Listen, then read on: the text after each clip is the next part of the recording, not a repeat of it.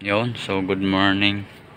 Meron tayong ano nito, i-check na for BE1 or yung Eagle na makina. So ang issue nito is kapag wala na sa 1/4 yung kanyang fuel, laging namamatay, no? So yun na i-check natin ngayon. Lagi siyang namamalya, tapos may times pa na talagang pag tumatakbo siya is hihinto talaga. Kailangan mo ipapump, tapos pag ipump mo, okay na naman siya ulit. Ito yung trouble natin ngayon. Ito yung tirik ng tirik, parang naubusan ng fuel or nagkakahangin. Yun o, patay. Kahit i-rib natin siya,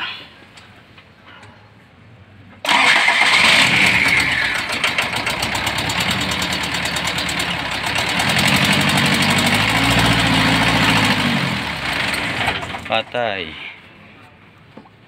Yun ang problema nito, yung ating troubleshoot ngayon. Okay,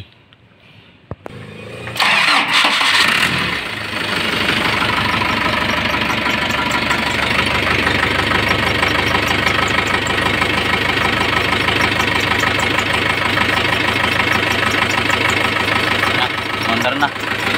So napalitan na ang battery.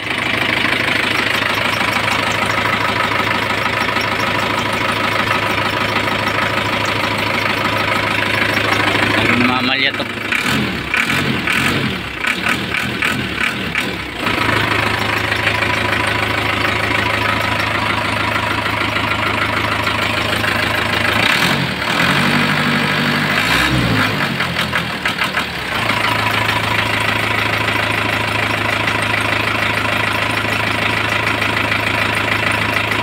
So pag ganito kasi fuel system lang tayo magpo-focus.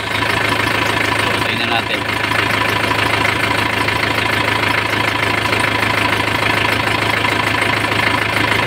So hindi na naman siya sumumpong na namamatay, no? So pero ang gagawin ko ngayon is tanggalin ko muna yung kanyang fuel filter. Checkin ko kung malinis pa ba or madumi na. So pwede kasing dyan lang sa fuel filter yan, or yung dun sa injection pump, yung kanyang fuel strainer dun sa may banjo bolt. So tanggalin muna natin tong fuel filter nya. So fuel filter nito pareho lang sa mga GB1. Yan yung FC na 208. Yan, same lang yan sila, mga GB1, Pro Chief 1. So tanggalin ko muna.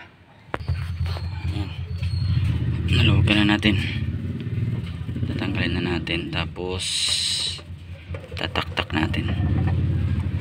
Tingnan natin kung dito lang ba yung dahilan. Okay, opya. So ito, natanggal na. Hanap pa tayo ng lagayan. So ito na, meron na tayong lagayan. May pintura lang na kulay silver. Suppose na natin to. Tapos ang pinakahuli niyan, yun ang itataktak natin. Okay, yun, kita nyo may buo, mayroong buo na lumabas. So itaktak ko muna sa kamay ko. Tingnan natin. Yun o, kita nyo yan. Yun o.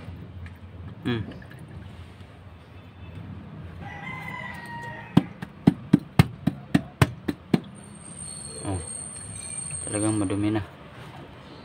Basa natin ulit. Yan, shake lang natin. Shake.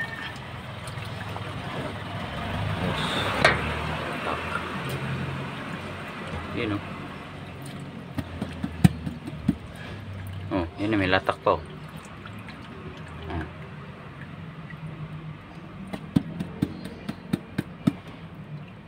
So ang dami pa sa loob, ang dami pang buo-buo. So tingin ko naman ito lang yung problema, no? So sana yan lang. So sa takbo naman kasi walang problema, kaya lang pagka unang andar siya, yun, nagkabara-bara, namamatay siya. Tinakapos pag pinump mo na naman siya sa kanyang pit pump, one click ulit. Ayan. Lagyan natin ng ilaw para makita nyo yung dumi. Ayan, oh. Hindi makita sa loob. Yun, oh, may dumi pa, oh. Oh, yun, oh. Kunin natin.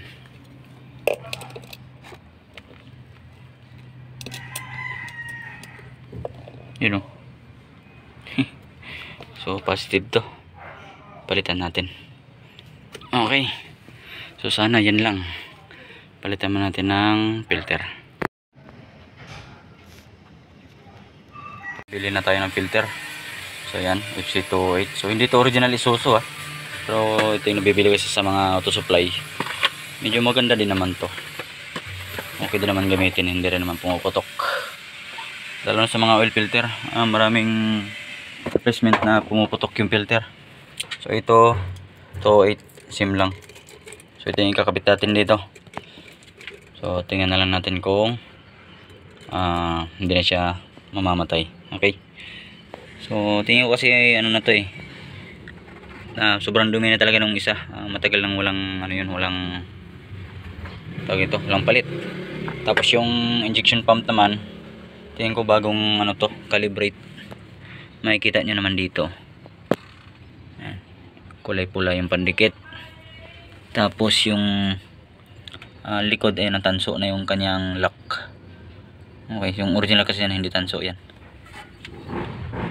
Palitan muna natin, tingnan na lang natin kung titino siya.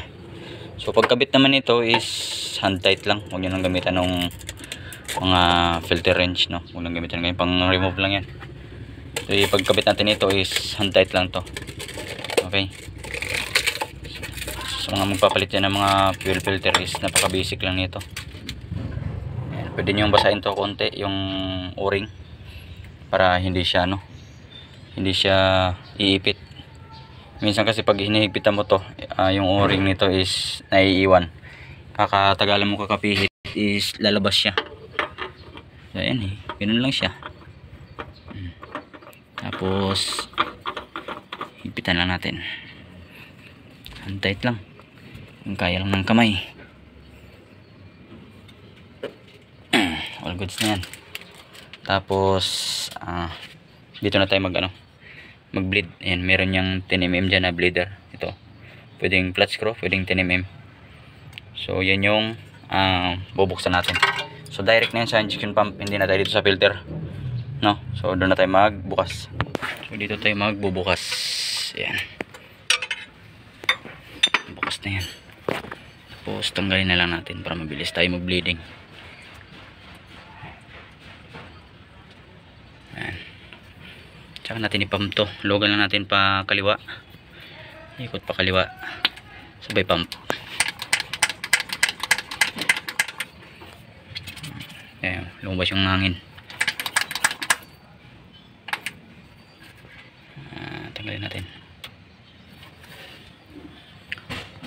Ayan, yun, wala pang lumalabas. Dapat yan maging solid bago natin takpan. Ayan, kita nyo naman, wala pang lumalabas. Hangin pa yan. Pump lang natin ng ipump hanggang sa magkaroon siya. Yun, meron na. Okay, yan, tapos isarado muna natin to. Pakanan naman, siyempre kung pakaliwa natin nilogan, pakanan yung lock. Pagkasara nyan, tsaka natin ibabalik tong bleeder screw. Ayan. So wala nang hangin yan, wala nang hangin na natatrap.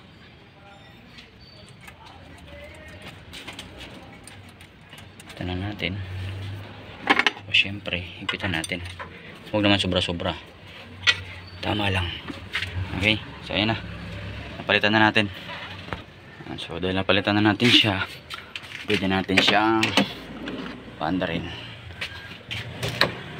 So kailangan kasi ito maayos na bago pa man may dumating na buyer para pag test drive hindi siya magka-aberya.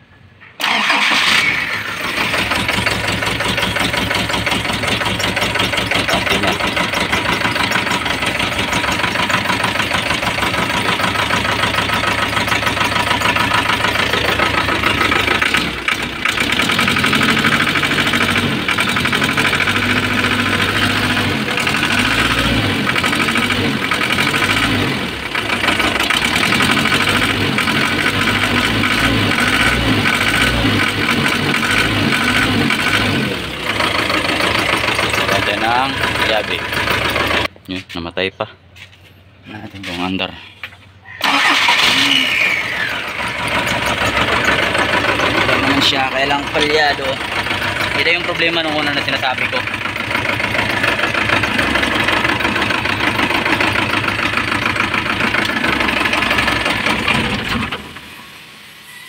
Magklase yung diesel niya, parang may halong tubig. Oo.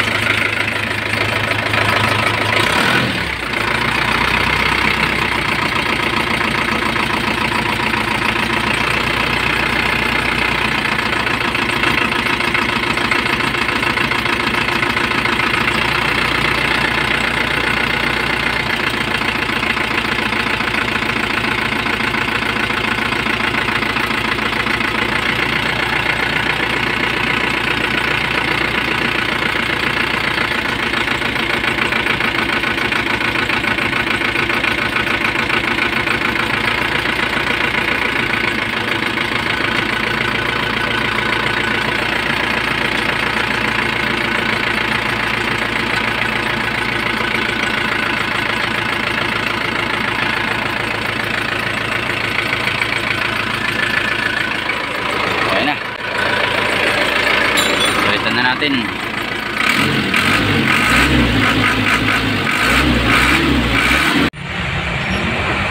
Subo sa traffic.